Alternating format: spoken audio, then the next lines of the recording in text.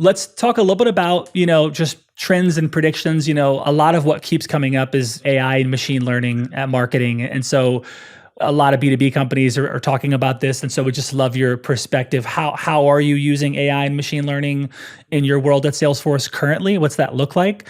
And then what do you think AI and machine learning is going to unlock for marketing leaders in the future?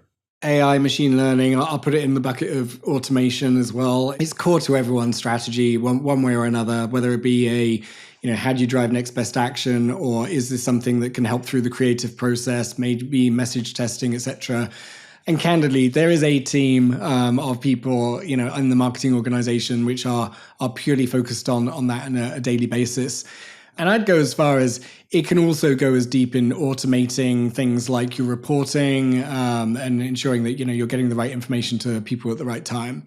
So I would say not necessarily this is something in my purview. I take advantage of it from a Salesforce perspective because there is a team that does it on our behalf. Maybe more on the trend side, what do I think or see?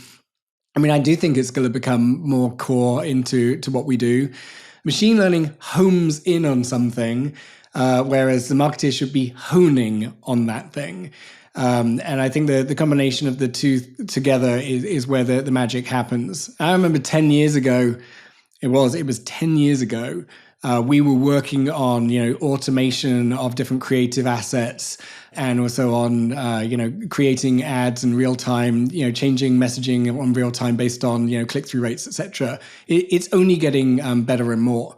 The tools will get better. I think marketers will shift how they think about their roles. So, really about dialing in as opposed to, having to run breadth efforts.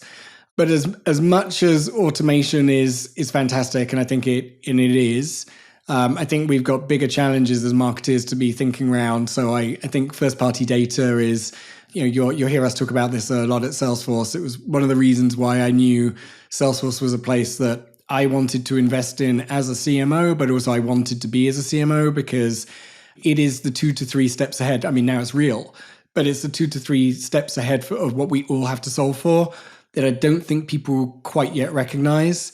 And I think once the world of Web3 starts kicking in, now I am giving you Paul's future, it's like Web3, the combination of that with how we think about first-party data in conjunction with automation and machine learning, then marketing is a completely different sphere and place. And that's what we've got to prepare for as marketeers, but also as Salesforce. That's what we've got to enable. Well, you brought it up. I wasn't going to say anything, but you said Web3. So I got to ask, is there what is some of the utility you're finding, uncovering regarding Web3? What are some of the things you're excited about, things you can share? Oh, it's an evolving space. So, there's the Salesforce perspective, and obviously we have, tools and clouds which are focused in those areas, some very directly like NFT cloud. I am very pleased with the approach that the company has taken on recognizing some of the downsides of NFTs and actually being deliberate about its decisions. So which blockchains do you think about from an environmental perspective plays very closely to our value of sustainability. So it's like, you can't be an innovator and not break ground. At the same time, you've got to be conscious of what you're doing. So there's a real balance there that I think Salesforce, strikes well. I think Mark and Brett, hold people really accountable to. You dial up, you dial down accordingly for sure. I think there's tangential capabilities that go to that as well from a Salesforce perspective, like the net zero cloud, so really helping people become zero carbon economies. They're all Salesforce players and they're doing the right things and they're doing them the right way. And I love being part of it.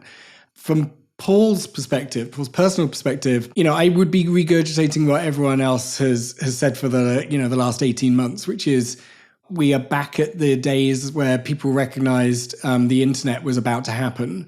And what we're seeing today is not the truth of the next 5 to 10 years. So what feels innovative or provocative, we're still trying to rebuild the existing, but with this new technology and capability. The art of what's possible hasn't even been imagined. And that's what's so exciting. And in the same way as no one could imagine people walking around with a smartphone that had your email on it, let alone that, it might have your driving license or your bank card on it and you could just tap it and pay for things. I mean, 10 years ago, that was impossible to even believe that could be true. That's where I kind of look at things like cryptocurrency or what is the the art of what the smart contract and NFT could do, you go, we haven't even imagined it yet. It's kind of a mind-blowing space. It's pretty exciting. Hey everyone, thanks for watching. This segment is brought to you by Salesforce. Salesforce brings marketing and engagement together. If you want to learn more, head over to salesforce.com/marketing. And please subscribe to this channel for more marketing insights from the world's best marketing leaders across the Fortune 500 and beyond.